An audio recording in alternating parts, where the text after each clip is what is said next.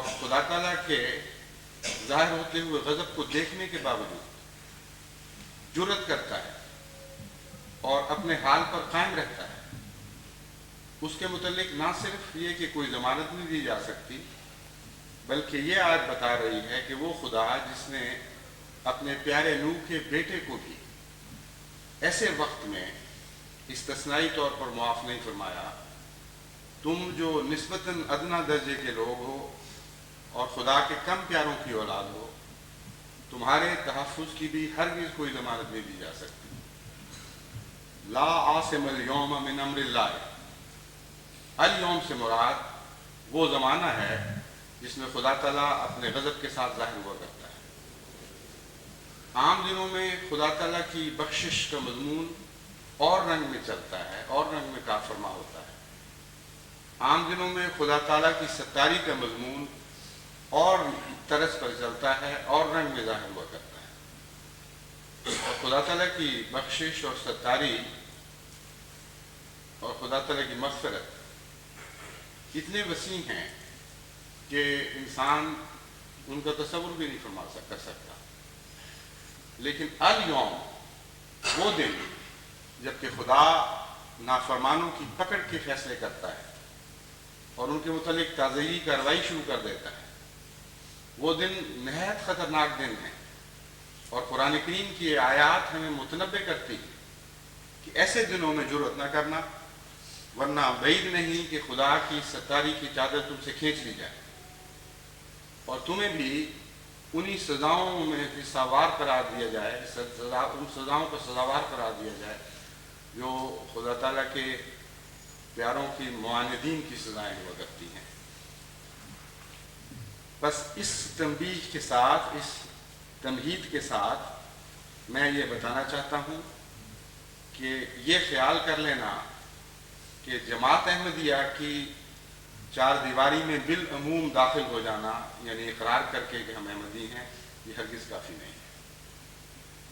اور یہ خیال کر لینا کہ جماعت احمدیہ ان تمام بدیوں سے پاک ہے جو بدیاں ارد گرد کے ماحول میں کثرت سے ملتی ہیں، یہ بھی ایک جاہلانہ تصور ہے۔ ناممکن ہے، جیسا کہ میں نے بیان کیا، کہ ماحول سرد ہو اور کسی کمرے میں کلیتاً اس سردی کا اثر نہ پہنچے۔ جتنا ماحول سرد ہوتا چلا جائے گا اتنا ہی کمرے کو گرم رکھنے کے سامان مہیا کرنے پڑیں گے۔ ماحول گرم ہو تو چار دیواری سے گھرا ہوا مقفل کمرہ بھی گرم ہونے لگتا ہے، اور لازم ہے کہ اس کو ٹھنڈا کرنے کے سامان کیے جائیں۔ اس لیے جماعت احمدیہ میں یہ ساری بدیاں ضرور موجود ہوں گی جو ماحول میں پائی جاتی ہیں اور مختلف سمتوں سے راہ پکڑ رہی ہوں گی۔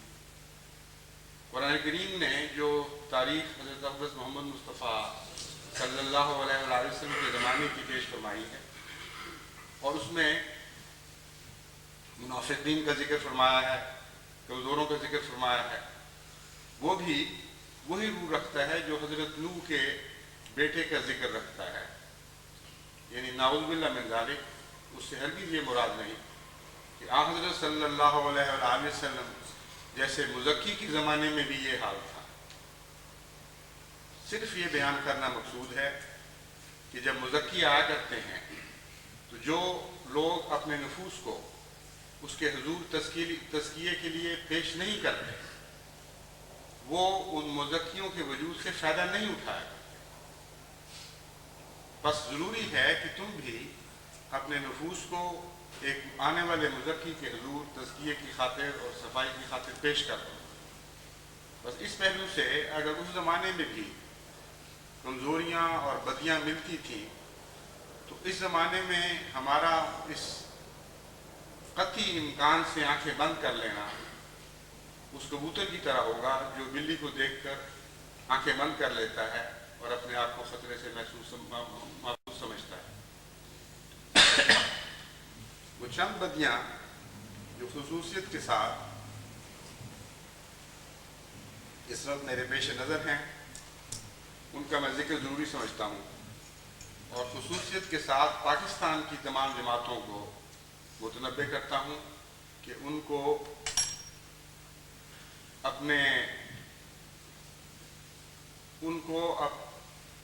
اپنے اصلاحی پروگرام میں پیش نظر رکھیں، اور جیسا کہ میں بار بار یہ ذکر کر چکا ہوں، یہ وقت ہے کہ ان بدیوں کے خلاف جہاد کیا جائے۔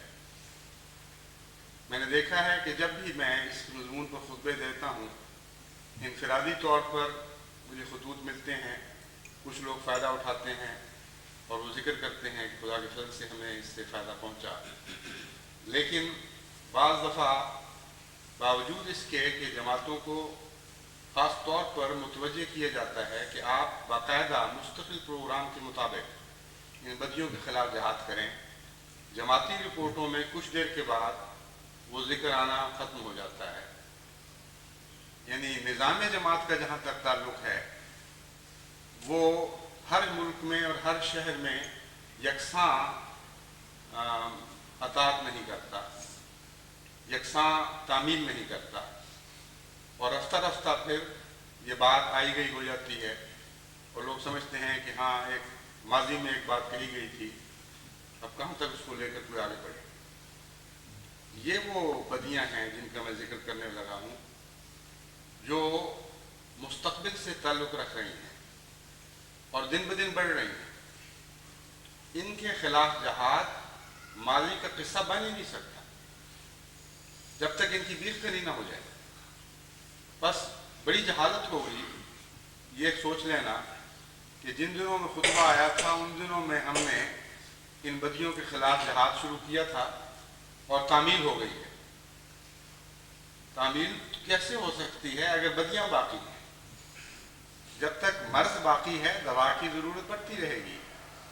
اس لیے میں جماعتوں کو متوجہ کرتا ہوں اپنے پروگرام میں، یعنی انتظامیہ جماعتوں کی انتظامیہ کو اپنے پروگرام میں ان کو باقاعدہ داخل کریں، ایک ایسا منصوبہ بنائیں جس کے نتیجے میں پھر وہ ان باتوں کو بھول نہ سکیں، اور مستقلاً ان میں سے کچھ لوگ نگران رہیں اور اس منصوبے کے نتیجے میں ایسا جائزہ لینے والا انتظام بھی ہو کہ جو اس کی تعمیل کی کارروائی پر نظر رکھتا رہے۔ سب سے پہلی بات جو قابل توجہ ہے وہ نیتوں کا فساد ہے۔ دنیا میں جتنی بدیاں پھیلتی ہیں وہ نیتوں کے فساد سے پھیلا کرتی ہیں۔ حضرت صلی اللہ علیہ وآلہ وسلم نے اس مضمون کو اس طرح بیان فرمایا۔ ایک تو انما الاعمال بالنیات کی مشہور حدیث آپ کے پیش نظر رہنی چاہیے، لیکن ایک اور موقع پر آپ نے فرمایا الا وان فی الجسد مضغۃ اذا صلحت صلح الجسد كله واذا فسدت فسد الجسد كله، کہ خبردار انسان کے جسم میں ایک لوتھڑا ہے، اگر وہ لوتھڑا صحیح رہے تو سارا جسم صحیح رہتا ہے، اور اگر وہ لوتھڑا بگڑ جائے تو سارا جسم بگڑ جاتا ہے اور فساد کا شکار ہو جاتا ہے۔ الا وہی القلب، خبردار وہ لوتھڑا دل ہے۔ تو مراد یہ ہے کہ دنیا میں جب بھی بدیاں راہ پاتی ہیں ان کا آغاز دلوں میں مخفی طور پر شروع ہوتا ہے یا آغاز جب پکڑتا ہے، اور اس کے نتیجے میں رفتہ رفتہ وہ بدی ایک معین خیال پھر ایک عزم کی شکل اختیار کر لیتی ہے، پھر وہ عملی جامہ پہنتی ہے، پھر وہ انفرادی بدی رفتہ رفتہ قومی بدی بننے لگتی ہے۔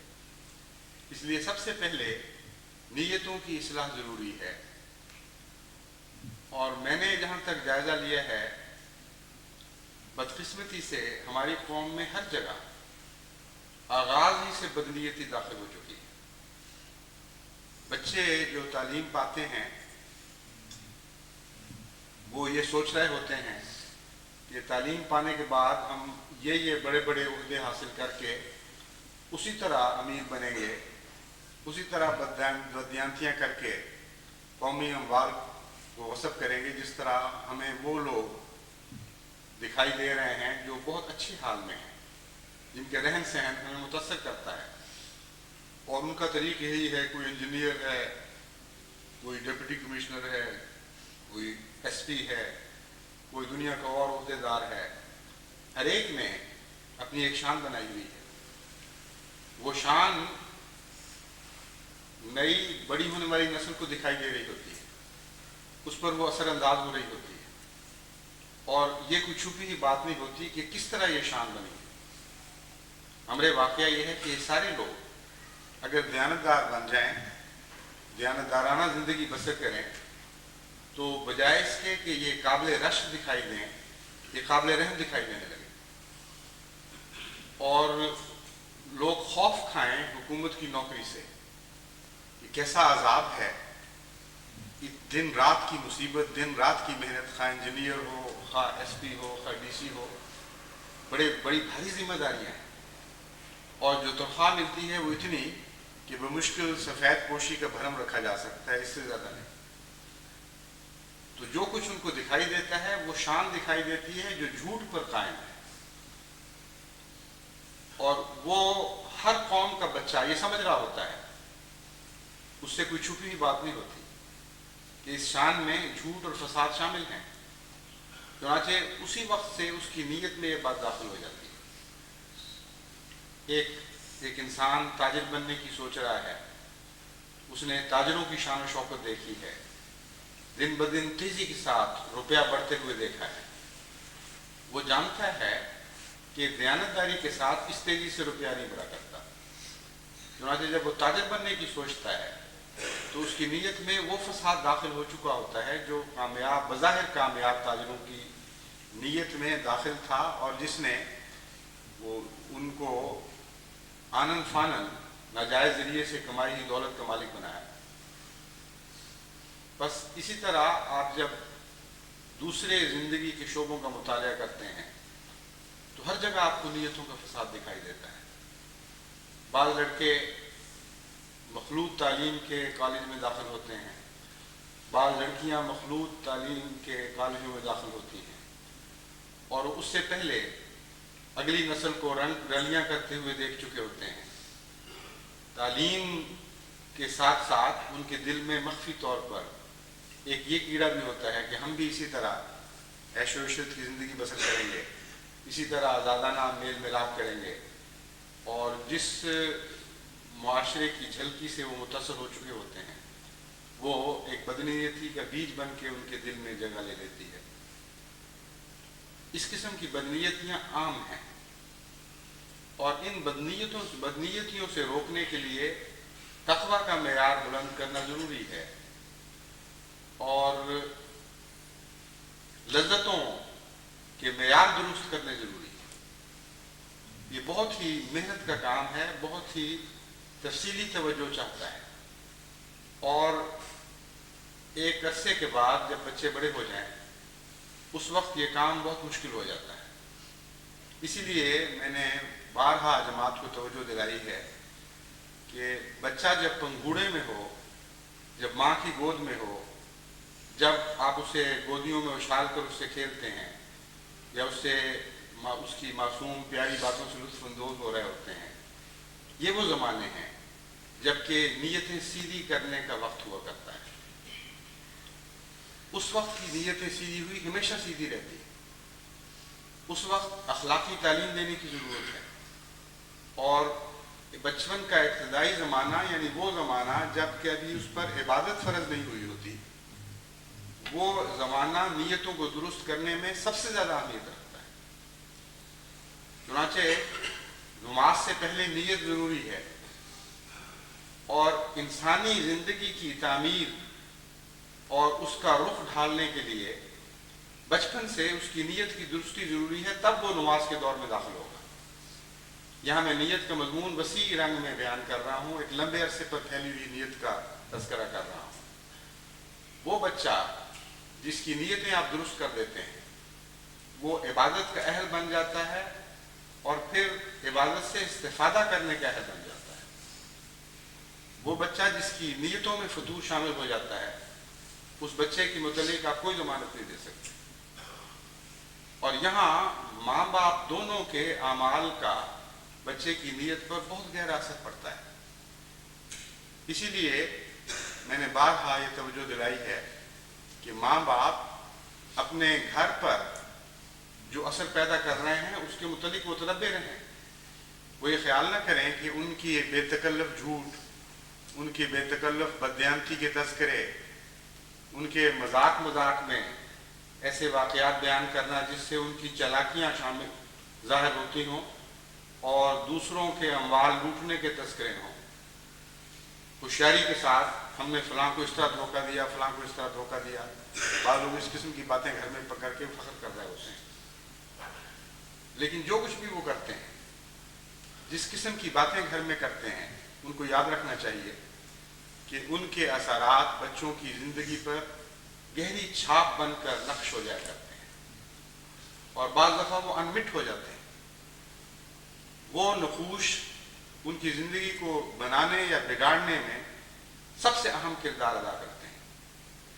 اس لیے سب سے پہلے تو گھروں کے ماحول کو اس نیت سے صاف اور درست کرنے کی ضرورت ہے کہ ماں باپ یہ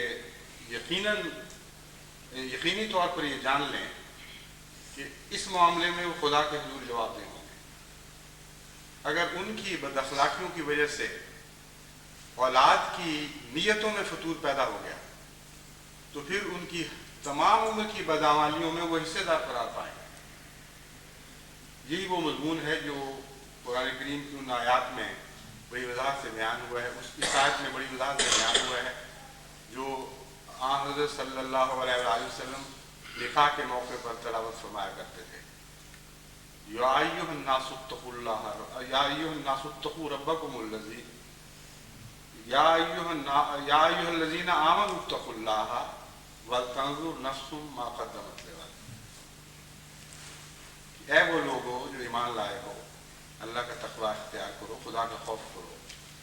ولتنظر نفس ما قدمت لغد، اور ہر جان اس بات کی نگران رہے کہ وہ کل کے لیے کیا آگے بھیج رہی ہے.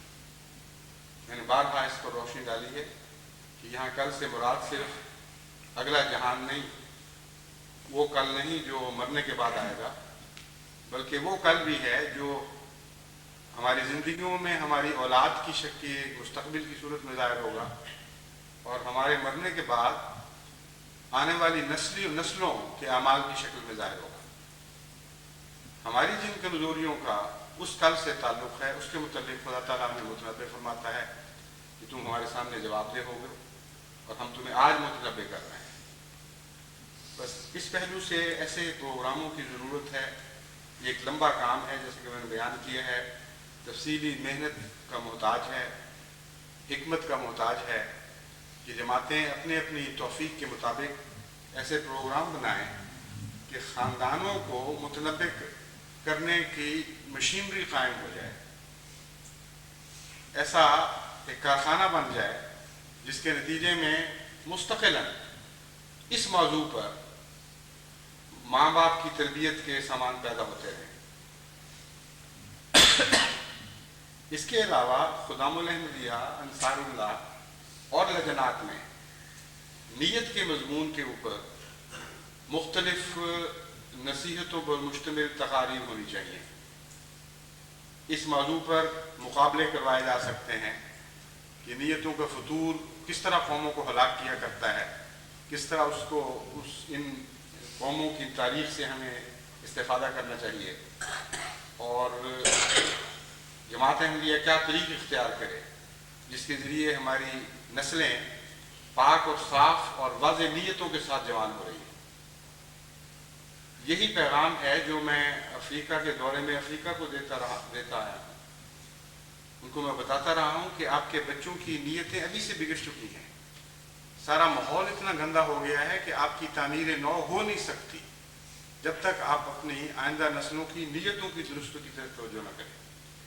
اس کے لیے احمدی اسکول ہیں وہاں اسکولوں میں ایسے نصاب داخل کیے جا سکتے ہیں اور بالعموم جماعتی نظام کے تابع اور ذرائع ایسے اختیار کیے جا سکتے ہیں کہ کھول کر آئندہ نسلوں کی نیت کو درست رکھنے کے متعلق تدابیر جماعت کے سامنے پیش کی جائیں اور پھر ایسے اقدامات کیے جائیں جس میں کی مدد ہو. صرف ماں باپ پر نہ چھوڑا جائے کہ وہ اپنی اولاد کی تربیت کریں، بلکہ جماعت ان کی مدد کرے اور عملاً ان کو اس قابل بنائے کہ وہ اپنی اولاد کی تربیت کر سکیں. اس ضمن میں ماں باپ کی تربیت کے اجلاس بلائے جا سکتے ہیں. بعض باتیں ایسی ہیں جن کا تعلق بچوں سے ہے، لیکن براہ راست بچے مخاطب نہیں ہو سکتے. ماں باپ کی تربیت کے اسکول ہونے چاہیے. ان کو بتانا چاہیے کہ یہ خرابیاں قوم میں جڑ پکڑ گئی ہیں اور پھیل رہی ہیں، اور ان سے اپنے بچوں کو بچانا ضروری ہے، ورنہ اس کشتی سے باہر چلے جائیں گے جو کشتی اس زمانے میں مومنین کی حفاظت کے لیے خدا تعالیٰ نے دوبارہ تعمیر فرمائی ہے.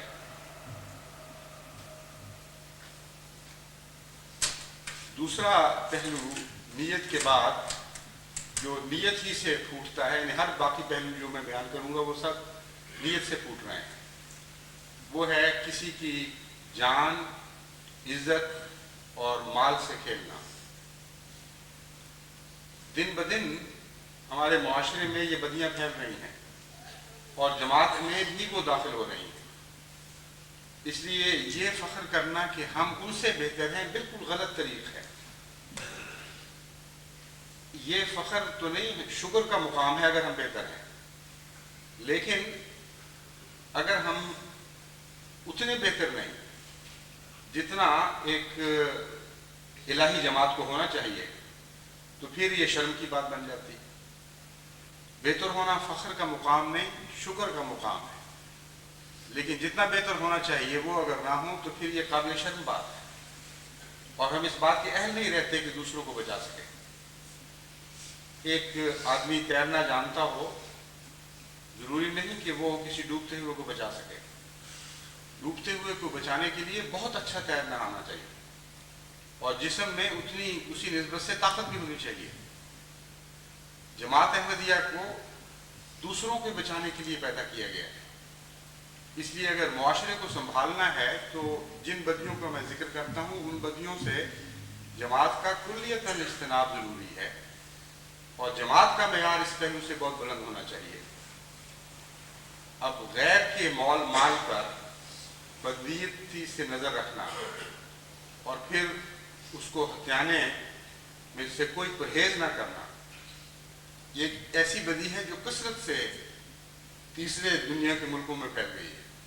مسلمان ہو یا غیر مسلم ہو، یہ ایک ایسی بدی ہے جو عام ہے. اور بدقسمتی سے احمدیوں کے متعلق بعض دفعہ غیر احمدی شکایت کرتے ہیں کہ فلاں شخص پر ہم نے اعتماد کیا اور اس غرض سے، اس وجہ سے کیا کہ وہ احمدی تھا. یہ توقع رکھ کر اس کے سپرد امانت کی کہ چونکہ یہ احمدی ہے اس لیے یہ امانت میں خیانت نہیں کرے گا، لیکن وہ سارا روپیہ کھا گیا. اور بعض دفعہ اس میں مبالغہ بھی نظر آیا، لیکن بعض دفعہ سچائی بھی نظر آئی. ایک موقع پر ایک ملک کے ایک غیر مسلم نے مجھے خط لکھا کہ فلاں صاحب احمدی تھے اور میں احمدیوں کی بڑی عزت کرتا ہوں، اگرچہ میں مسلمان بھی نہیں ہوں. میرا عمومی تجربہ یہ ہے کہ احمدی دیانتدار ہوتے ہیں، لیکن اس ظالم شخص پر میں اعتماد کر بیٹھا، نہ اس نے پھر میرے احسان کا خیال کیا، نہ اپنی احمدیت کا خیال کیا، اور بڑی بے شرمی کے ساتھ میرا روپیہ ہضم کر گیا.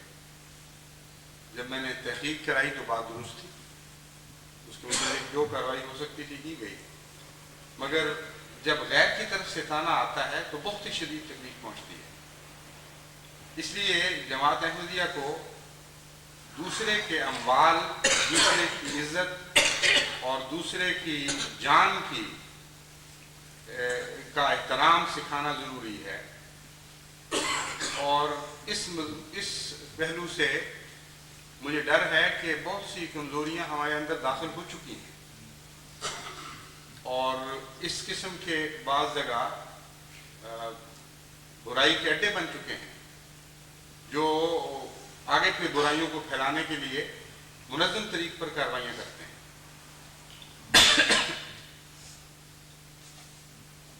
بعض لوگ شاید یہ خیال کریں کہ اس دور میں جماعت کی برائیوں کا اس طرح تذکرہ کرنا ہمارے لیے خفت کا موجب ہوگا. میں سمجھتا ہوں کہ برائیاں خفت کا موجب ہیں، لیکن ان کی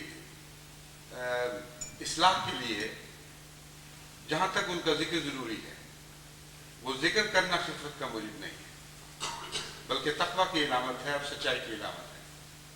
اس لیے ایسے ذکر سے میں نہیں رک سکتا جس کے نتیجے میں اصلاح مقصود ہے اور جس کے بغیر اصلاح ممکن نہیں. اس لیے مجبوراً مجھے کھل کر یہ باتیں آپ کے سامنے رکھنا ہے. مال کے متعلق میں آپ کو بتاتا ہوں، میں نے بارہا آپ سے کہا ہے کہ ایسے لوگ جو آپ کو ایسی لالچ دیتے ہیں جو عام دنیاوی دستور کے مطابق معقول بات نہیں، یعنی آپ سے یہ کہتے ہیں کہ یہ روپیہ بڑی تیزی سے بڑھ جائے گا اور بہت جلدی تم امیر بن جاؤ گے، اس لیے یہ روپیہ ہمیں دو. آپ یقین جانیں کہ وہ بددیانت لوگ ہیں، اور اس میں ایسے لوگوں کی ہمیشہ شرط یہ ہوتی ہے کہ ہمارے سپرد کرو، اور ایسی لالچ دیتے ہیں کہ جس میں شروع میں بظاہر آپ کے سپرد روپیہ رہتا ہے، لیکن کچھ دیر کے بعد رفتہ رفتہ اعتماد قائم ہو کر وہ روپے کا کنٹرول انتقال کر جاتا ہے دوسری طرف، اور انتقال ان معنوں میں بھی کر جاتا ہے کہ آپ کی طرف سے روپیہ مر جاتا ہے.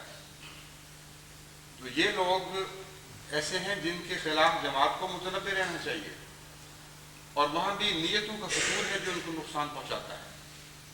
آپ ایسے روپے کی لالچ میں مغلوب ہو جاتے ہیں جس کے متعلق آپ کا نفس اندرونی طور پر گواہی دیتا ہے کہ عام بات نہیں، درست بات نہیں ہے، ایسا ہونا نہیں چاہیے. چنانچہ اکثر دھوکہ دینے والے اسی قسم کے سبز باغ دکھا کر لوگوں کو دھوکہ دیتے ہیں، اور دھوکہ دینے والے جس کو دھوکہ دیتے ہیں وہ جب تک اپنے نفس کو دھوکہ نہ دے وہ دھوکے کا شکار نہیں ہو سکتا. یہ ایک باریک نفسیاتی نقطہ ہے جس کو آپ کو پیش نظر رکھنا چاہیے. اگر آپ کا نفس خود آپ کو دھوکہ دینے کا اہل نہیں ہے اور آپ اسے مغلوب کر چکے ہیں اور اپنے نفس کے دھوکے میں خود نہیں آتے، تو میں آپ کو یقین دلاتا ہوں کہ پھر دنیا کا کوئی دھوکے باز آپ کو دھوکہ نہیں دے سکتا. نقصان بعض دفعہ ایسے مومن بھی اٹھا لیتے ہیں، لیکن اس کی اور وجوہات ہیں، اس وقت اس کی تفصیل میں جانے کا ذکر نہیں. مگر ہمیشہ وہی لوگ مغلوب ہوتے ہیں اور دھوکہ کھاتے ہیں جو خود اپنے نفس کو دھوکہ دینے کے عادی ہوتے ہیں. اس لیے اموال کے معاملے میں اپنے نفسوں کو صاف کریں اور اپنی نیتوں کو صاف کریں اور کسی لالچ کا شکار نہ ہوں. اگر آپ کسی لالچ کے شکار نہیں ہوں گے تو دوسرا قدم یہ ہوگا کہ آپ آئندہ دوسروں کو بھی دھوکہ نہیں دیں گے. اس لیے جماعت کی اصلاح کے لیے صرف یہ کہنا کافی نہیں کہ دوسروں کو دھوکہ نہ دو، بات یہاں سے شروع ہونی چاہیے کہ اپنے آپ کو دھوکہ نہ دو. اسی لیے میں کہہ رہا ہوں کہ نیتوں کی صفائی بہت ضروری ہے، لیکن باریک نظر سے اس کی صفائی ضروری ہے. اور ایسے مضامین کھول کھول کر جماعت کے سامنے رکھنے چاہیے کہ جب بھی تمہارے سامنے کچھ ایسے معاملات ہوں، اقتصادی معاملات، جن میں تمہیں ایک دم روپیہ بڑھانے کی دعوت سامنے آئے، تو اس وقت اپنے نفس کو ٹٹولا کرو اور آنکھیں بند نہ کیا کرو. آنکھیں بند کرنے کا مضمون یہاں واقعتاً اطلاق پاتا ہے، کیونکہ جہاں تک میں نے جائزہ لیا ہے بڑے بڑے سمجھدار لوگ بھی بعض وقت دھوکے میں مبتلا ہو جاتے ہیں.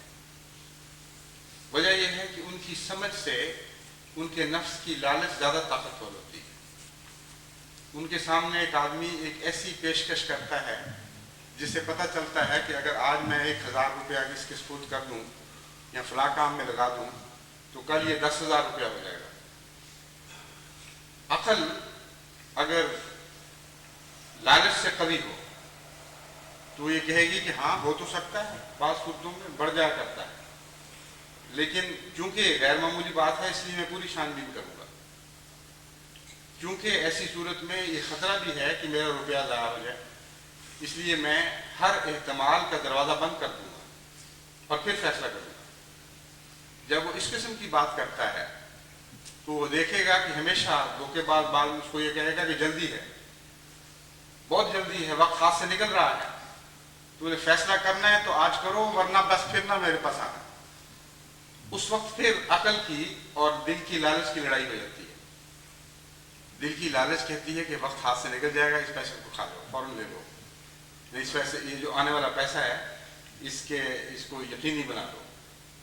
اور عقل کہتی ہے کہ افراتفری میں ایسے کام نہیں کرنے چاہیے، جب تک پوری احتیاط نہ ہو اس وقت تک ہمیں اپنے اموال کو داؤ پہ نہیں لگانا چاہیے۔ یہ عقل کا پیغام ہے ضروری۔ اس وقت جب انسان فیصلہ کرتا ہے کہ ہاں مجھے کر لینا چاہیے، تو دراصل وہ یہ فیصلہ کر رہا ہوتا ہے کہ یہ ایک جوا ہے، عام حالات میں یہ چیز ممکن نہیں ہے، اس کا نفس ساتھ ہی فیصلہ دے دیتا ہے۔ اگر اس کا نفس یہ فیصلہ دیتا ہے کہ عام حالات میں ممکن ہے تو اس کا جواب یہ ہوتا ہے کہ پھر جلدی کیا ہے؟ اگر عام حالات میں ممکن ہے تو آج جس طرح ممکن ہے کل بھی ممکن ہوگا، اس شخص کے ذریعے ممکن ہے تو ایک دوسرے شخص کے ذریعے بھی ممکن ہے۔ اس لیے دراصل وہ اس وقت یہ فیصلہ کر رہا ہوتا ہے کہ عام حالات میں ممکن نہیں ہے، اور جہاں تک خطرے کا تعلق ہے میں جانتا ہوں، لیکن جوا ہے، اس لیے کیوں نہ اس وقت جوا کھیل جاؤں۔ تو قرآن کریم کی کسی حرمت کو توڑے بغیر وہ اپنا نقصان نہیں کر سکتا۔ یہ ہے نفس کے دھوکے کا مضمون۔ قرآن کریم نے جو حرمتیں قائم فرمائی ہیں وہ آپ کی حفاظت کے لیے قائم فرمائی ہیں، اور اگر آپ ان حرمتوں کو نہ توڑیں اور ان کے خلاف اپنے نفس کو بغاوت نہ کرنے دیں تو آپ مقام محفوظ میں ہیں کہ کوئی دشمن آپ پر حملہ نہیں کر سکتا۔ یہ وہ بیماریاں ہیں اموال کی جو اکٹھی چلنے والی ہیں۔ چنانچہ میں نے دیکھا ہے کہ جہاں بددیانتیاں عام ہوں وہاں قمار بازی کا رجحان بھی بڑھ جاتا ہے اور جوؤں کے اڈے بننے شروع ہو جاتے ہیں۔ اس لیے یہ ساری بیماریاں جو اموال سے تعلق رکھتی ہیں یہ ہاتھ میں ہاتھ دے کر اکٹھی چلتی ہیں۔ چنانچہ جہاں تک میرا جائزہ ہے، پاکستان قادیان میں بھی، ربوہ میں بھی اور پاکستان کے اور شہروں میں بھی وقتاً فوقتاً قمار بازی کے رجحان پیدا ہوئے ہیں، اور جماعت نے ان کے خلاف جد و جہد کی ہے۔ اور جب ہم نظر بند کر لیتے ہیں یا انتظام ان باتوں کو نظر انداز کرنا شروع کر دیتا ہے تو یہ پھر پھیلنا شروع ہو جاتا ہے۔ ربوہ میں میرے علم میں ہیں وہ لوگ جو ایسے رجحان پیدا کرتے ہیں اور جن کے گھر ایسے اڈے بنتے ہیں۔ جب ان سے پوچھا جاتا ہے تو وہ کہتے ہیں کہ جی ہم تو وقت گزارنے کے لیے تاش کھیل رہے ہیں، اور جھوٹ بولتے ہیں۔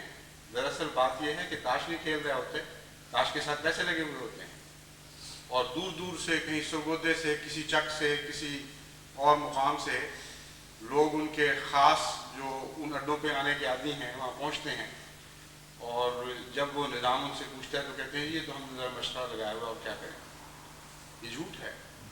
واقعہ یہ ہے کہ قمار بازی پھر آگے پھیلتی ہے، پھر نوجوان نسلیں تباہ ہوتی ہیں، اور قمار بازی کے ساتھ چوری کا پیدا ہونا بھی ایک لازمی بات ہے۔ دوسرے کو دھوکہ دینا بھی اس کے نتیجے میں از خود پیدا ہو جاتا ہے۔ چنانچہ قمار بازی اور دوسرے کی مال کی حرمت کا احترام اٹھ جانا، یہ ہمیشہ چولی دامن کا ساتھ رکھتے ہیں اور ایک دوسرے کے ساتھ چلتے ہوئے ایک دوسرے کو تقویت دیتے ہیں۔ بس ایسے اڈے اور جگہ بھی ہوں گے، بنتے بھی ہیں، بگڑ بھی جاتے ہیں، لیکن جب یہ اڈے بنے ہوئے ہوں اور عام دستور بن رہے ہوں اور نظام جماعت یا معاشرہ ان کے خلاف رد عمل نہ دکھائے تو پھر یہ خطرناک اور مہلک ہو جاتے ہیں۔ ورنہ کسی نہ کسی رنگ میں کہیں تھوڑے اور کہیں زیادہ یہ معاشرے میں چلنے والی چیزیں ہیں۔ یہ کہنا کہ معاشرہ ان سے کلیتاً پاک ہو چکا ہے، یہ جھوٹ ہے۔ جو معاشرہ حضرت صلی اللہ علیہ وآلہ وسلم کے زمانے میں بعض بیماریوں سے کلیتاً پاک نہیں ہوا، وہ معاشرہ دنیا میں کبھی کسی زمانے میں بھی ان بیماریوں سے کلیتاً پاک نہیں ہو سکتا۔ اس بنیادی اصول کو پیش نظر رکھیں۔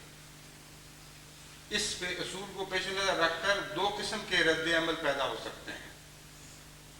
ایک یہ کہ جی یہ ہوتا ہے، چلتی ہیں یہ چیزیں، اس لیے کیا فرق پڑتا ہے ہونے کو، یہ وہ رد عمل ہے جو ہلاکت کا رد عمل ہے۔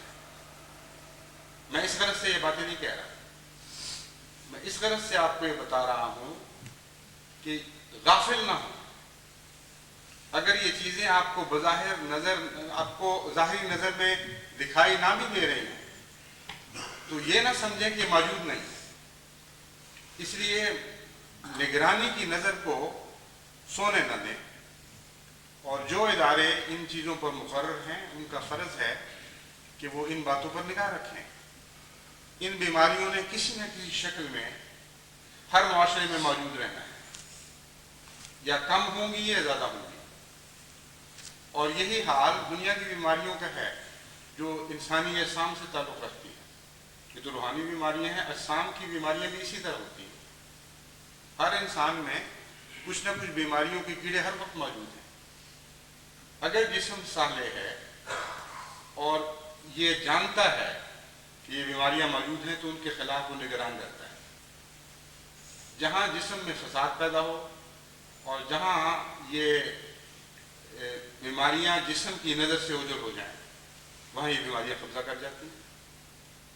میں جو کہہ رہا ہوں جسم کی نظر، تو یہ کوئی ایک فرضی بات نہیں ہے، واقعتاً اللہ تعالیٰ نے انسانی جسم کو ایک نظر عطا کی ہوئی ہے جو ان بیماریوں، ہر قسم کی بیماریوں کو کا تتبع کرتی ہے اور ہر وقت نگران رہتی ہے، ہر وقت سرچ لائٹ کی طرح دیکھتی رہتی ہے کہ کہاں کون سی بیماری کس حد تک موجود ہے، اور اس کے دفاع کے لیے پھر وہ جسم کے متعلقہ حصوں کو متنبع کرتی رہتی ہے۔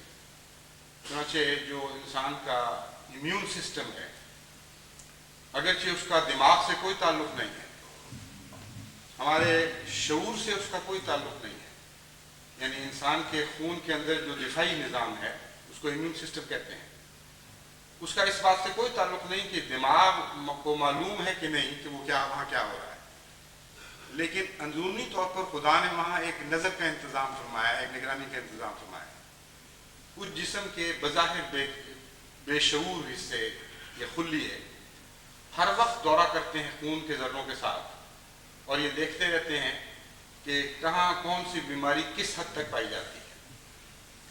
بعض بیماریوں کے خلاف وہ اس طرح رد عمل کرنے کا آرڈر دیتے ہیں، یعنی اطلاع دیتے ہیں ان حصوں کو جو اس بات پر نگران ہیں کہ یہ بیماری اس نوعیت کی ہے کہ اس کا بائیکاٹ کر دیا جائے اور اس کے ارد گرد ایک خول چڑھا دیا جائے تاکہ اس کا صحت مند جسم سے تعلق ٹوٹ جائے۔ چنانچہ جس کو ہم عام جماعتی اصطلاح میں مقاطعہ کہتے ہیں، وہ جسمانی اصطلاح میں سسٹ کی شکل میں ظاہر ہوتا ہے۔ خول چڑھ جاتے ہیں جس بعض بیماریوں پر اور ان خولوں کے اندر اس کو بند کر دیا جاتا ہے تاکہ اس کا باقی جسم سے بائیکاٹ ہو جائے، اس کے بعد اس کو وہاں رہنے دیا جاتا ہے، پھر اس کے خلاف کوئی خطرہ نہیں۔ ایک اور نظام جسم کا یہ ہے کہ بعض بیماریوں کے متعلق وہ ذرے یہ پیغام بھیجتے ہیں جو نگران ہیں کہ ان کی شکل ایسی ہے کہ یہ قید نہیں رہ سکتی، انہوں نے ضرور فتور پھیلانا ہے، اس لیے علاج یہ ہے کہ ان کو جسم سے باہر نکال کے پھینک دیا جائے۔ چنانچہ اخراج از جماعت جس کو آپ کہتے ہیں وہ جسمانی لحاظ سے یہ شکل رکھتا ہے، اور کوئی بھی ہم ایسا نظام نہیں رکھتے جس کی مثال خدا تعالیٰ کے نظام قدرت میں موجود نہ ہو۔ اب آپ کے ہاں آپ کے جسم کو یعنی ہمارے جسم کو جب بھی کوئی چوٹ لگتی ہے یا کوئی کسی قسم کے جراثیم اس میں داخل ہو جاتے ہیں تو آپ دیکھتے ہیں کہ وہ پہلے سرخی آتی ہے، پھر سرخی کے بعد وہ ابھار ہوتا ہے اور آپ سمجھتے ہیں کہ پھوڑا بن رہا ہے، پھر وہ پھوڑے میں اگر جسم صحت مند ہو کچھ تبدیلیاں پیدا ہونی شروع ہو جاتی ہیں۔ پہلے بڑی تکلیف ہوتی ہے، کسک ہوتی ہے، اس تکلیف کے بعد پھر اس کے ارد گرد سفیدی سی آنے لگتی ہے جس کو ہم پیپ کہتے ہیں، پھر وہ پک جاتا ہے، پھر وہ پیپ جسم سے باہر نکلتی ہے اور آپ کو سکون آ جاتا ہے، بخار ختم ہو جاتا ہے۔ یہ وہ نظام ہے جو جسم کی حفاظت کے لیے اندرونی طور پر کیا جا رہا ہے اور ہر زندہ وجود میں موجود ہے، لیکن کانشیس دماغ سے یعنی باشعور سوچ سے اس کا کوئی تعلق نہیں ہے۔ لیکن جیسا کہ میں نے بیان کیا ہے، اس پر نگران موجود ہیں، وہ کس نظر سے دیکھ رہے ہیں ہم نہیں جانتے، لیکن سائنسدان اس بات کو جان چکے ہیں اور اس کی خوب پڑتال کر چکے ہیں کہ دیکھنے والے یعنی ان باخبر رہنے والے ذرے ایسے موجود ہیں جن کا نہ کوئی دماغ ہے، نہ ان کے اندر کوئی نروس سسٹم ہے، لیکن کچھ ایسا خدا تعالیٰ کی طرف سے ان کے اندر پیغام چھپا ہوا موجود ہے جس کے ذریعے ان کو یہ طاقت ہے کہ وہ دیکھتے رہیں، نگرانی کرتے رہیں اور پیغام بھیجتے رہیں، اور بالکل صحیح پیغام بھیجتے ہیں۔ اس پر اگر آپ غور کریں تو ہمارے نظام جماعت کے لیے اس میں بہت سی نصیحتیں ہیں۔ پہلی بات تو یہ ہے کہ ان باتوں کا خبر رکھنا ضروری ہے۔ جسم کے جن حصوں میں بیماری داخل ہو جائے اور خبر نہ ہو، وہاں جسم کا کوئی رد عمل نہیں ہوتا۔ اس لیے جہاں جہاں نظام جماعت خبر گیری سے غافل ہو جاتا ہے، وہاں یہ بیماریاں پنپنے لگتی ہیں۔ چنانچہ افسوس کی بات یہ ہے کہ مجھے اس نظام کے ذریعے پتہ چلتا ہے جو خدا تعالیٰ نے خلافت کی حفاظت کے لیے از خود کا جاری فرما دیا ہے۔ ہر احمدی جہاں کوئی غلط بات دیکھتا ہے مجھے خط لکھ دیتا ہے، اس لیے میں باخبر تو رہتا ہوں، لیکن جو نظام کا حصہ اس بات پر معمول تھا کہ ان باتوں کی خبر رکھے اور مجھے مطلع رکھے، وہ غافل ہے۔ بسا اوقات یہ اطلاعیں انفرادی خطوط کے ذریعے مجھے ملتی ہیں، جماعتی اطلاعوں میں شامل نہیں ہوتی۔ میں نے اس سے پہلے بھی جماعتوں کو نصیحت کی تھی کہ سچائی میں عزت ہے۔ اگر اس خیال سے آپ یہ خبریں نہیں دیتے کہ آپ کی بدنامی نہ ہو یا مجھ پر برا اثر نہ پڑے کہ جماعت لاہور یا جماعت روا یا جماعت کراچی میں یہ کمزوریاں پائی جاتی ہیں، تو یہ اپنی جان پہ ظلم کر رہے ہیں اور جماعت پر ظلم کر رہے ہیں۔ ساری زندگی کا راز سچائی ہے۔ آپ باخبر رہیں اور مجھے مطلع رکھیں۔ تکلیف آپ کو پہنچتی ہے اور مجھے بھی پہنچتی ہے، لیکن یہ تکلیف ہماری بقا کے لیے ضروری ہے، اس بات کو نہ بھولیں۔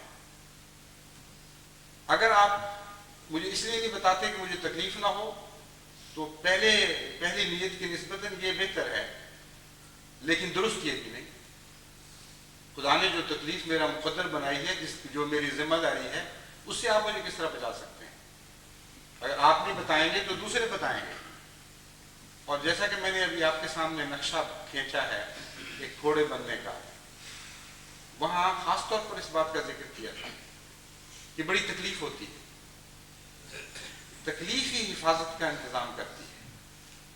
اگر تکلیف نہ ہو بیماری سے تو وہ ذرات جن کا کام ہے اس بیماری کا مقابلہ کرنا، وہ حرکت میں نہیں آتے۔ بعض دفعہ تکلیف کے نتیجے ہی میں اطلاع ملتی ہے ہم کو، اور بعض دفعہ جب وہ حرکت میں آتے ہیں تو اس کے نتیجے میں کچھ تکلیف قدرتاً پہنچتی ہے، اور یہ تکلیف لازمہ ہے ایک صحت کا۔ اس لیے آواز لوگ کہتے ہیں کہ خدا تعالیٰ نے اتنی بیماریاں بنا دی، انسان کو یہ مصیبتیں ڈالی ہیں، ان بیوقوفوں کو یہ نہیں پتا کہ خدا تعالیٰ نے آپ کی حفاظت کے لیے یہ تکلیفیں رکھی ہیں۔ اِنَّ مَعَ الْعُسْرِ یُسْرًا کا جو عظیم الشان مضمون بیان ہوا ہے، اس کا یہاں بھی اطلاق ہوتا ہے۔ ہر آسانی سے پہلے کسی تکلیف میں سے گزرنا ضروری ہے۔ یہ ایک ایسا قانون قدرت ہے جس کو کوئی دنیا کی طاقت بدل نہیں سکتی۔ وہ لوگ جو بغیر تکلیف کے انتظار کرتے رہتے ہیں کہ ہماری تقدیریں بدل جائیں گی، ہم عظیم الشان مرتبوں کو حاصل کر لیں گے، وہ جاہلوں کی خوابوں کی دنیا میں رہتے ہیں، حقیقت کی دنیا میں نہیں رہتے۔ قانون قدرت جو خدا نے بنایا ہے اس میں کوئی تبدیلی آپ نہیں دیکھیں گے۔ اس لیے وہ معاشرہ جو حساس ہے اور جو تکلیف محسوس کرتا ہے، وہ بیماریوں کو دور کرنے کی اہلیت بھی رکھتا ہے۔ جہاں تکلیف اٹھ جائے وہ معاشرہ اس بات کا اہل ہی نہیں ہے کہ وہ بیماریاں دور کر سکے۔ اس لیے نہ صرف یہ کہ آپ اس مضمون کو سمجھ کر مجھے یہ تکلیف پہنچائیں تاکہ میرے دل میں رد عمل پیدا ہو اور میں اس کے لیے کوشش کروں، بلکہ یہ نظر رکھیں کہ معاشرہ تکلیف کا محسوس کر رہا ہے یا نہیں کر رہا۔ فالج زدہ جسم اور غیر فالج زدہ جسم میں یہ ایک فرق ہے. مفلوج حصے تکلیف نہیں محسوس کرتے. تو کیا آپ وہ شخص جو مفلوج ہو گیا ہے وہ اس بات پر خوش ہوگا کہ مجھے اب درد کبھی نہیں ہوگی؟ جب وہ صحت مند تھا ہو سکتا ہے وہ خدا پر اعتراض کیا کرتا ہو کہ عجیب تقدیر ہے کہ مصیبت پڑی ہے، فلاں جگہ دکھ اور فلاں جگہ مصیبت، یہ بچے روتے ہیں بلبلاتے ہیں، ان کا کیا قصور ہے. وہ اس نظام کو سمجھتا نہیں کہ اسی میں اس کی زندگی کی حفاظت ہے. اور جب اس کا جسم مفلوج ہو جاتا ہے پھر وہ روتا ہے کہ کاش مجھے تکلیف پہنچے. وہ سوئیاں چبھوتا ہے، چٹکیاں کاٹتا ہے، اپنے جسم کو ملتا ہے، مروڑتا ہے دیکھنے کے لیے کہ کیا مجھے تکلیف پہنچتی ہے کہ نہیں. اور جب اس کو تکلیف ہونا شروع ہو پھر اس کی جان میں جان آتی ہے. تو یہ تکلیف حفاظت کی خاطر ہے. اگر ہماری جماعتوں میں احساس بدی کو دیکھنے کے بعد تکلیف ہونا بند ہو جائے تو آپ یقین سمجھیں کہ یہ فالج زدہ جماعتیں ہیں. وہ معاشرہ مفلوج ہو رہا ہے. اس کی فکر کرنی چاہیے. اس لیے میں اس مضمون کو بقیہ پھر انشاءاللہ بیان کروں گا کیونکہ ایک لمبا مضمون ہے. اگلے خطبے میں بھی یہ جاری رہے گا. اس وقت میں آپ کو یہ بنیادی باتیں بتانا چاہتا ہوں کہ یہ جو جن برائیوں کا میں نے ذکر کیا ہے ان برائیوں سے مقابلے کے لیے پہلے نیتوں کا درست کرنا ضروری ہے، جس کے متعلق میں ذکر کر چکا ہوں.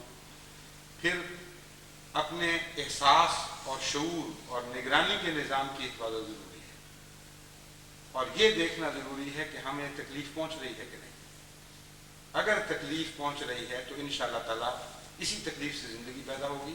اور اگر خدا نخواستہ تکلیف ہونا بند ہو گئی ہے تو پھر اس سے زیادہ فکر کی ضرورت ہے.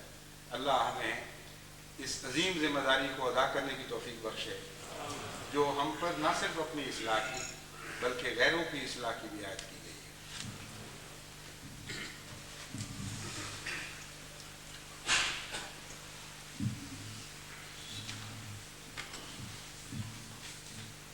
الحمدللہ نحمدہ ونستعینہ ونستغفرہ ونؤمن به ونتوکل علیہ ونعوذ باللہ من شرور انفسنا ومن سیئات اعمالنا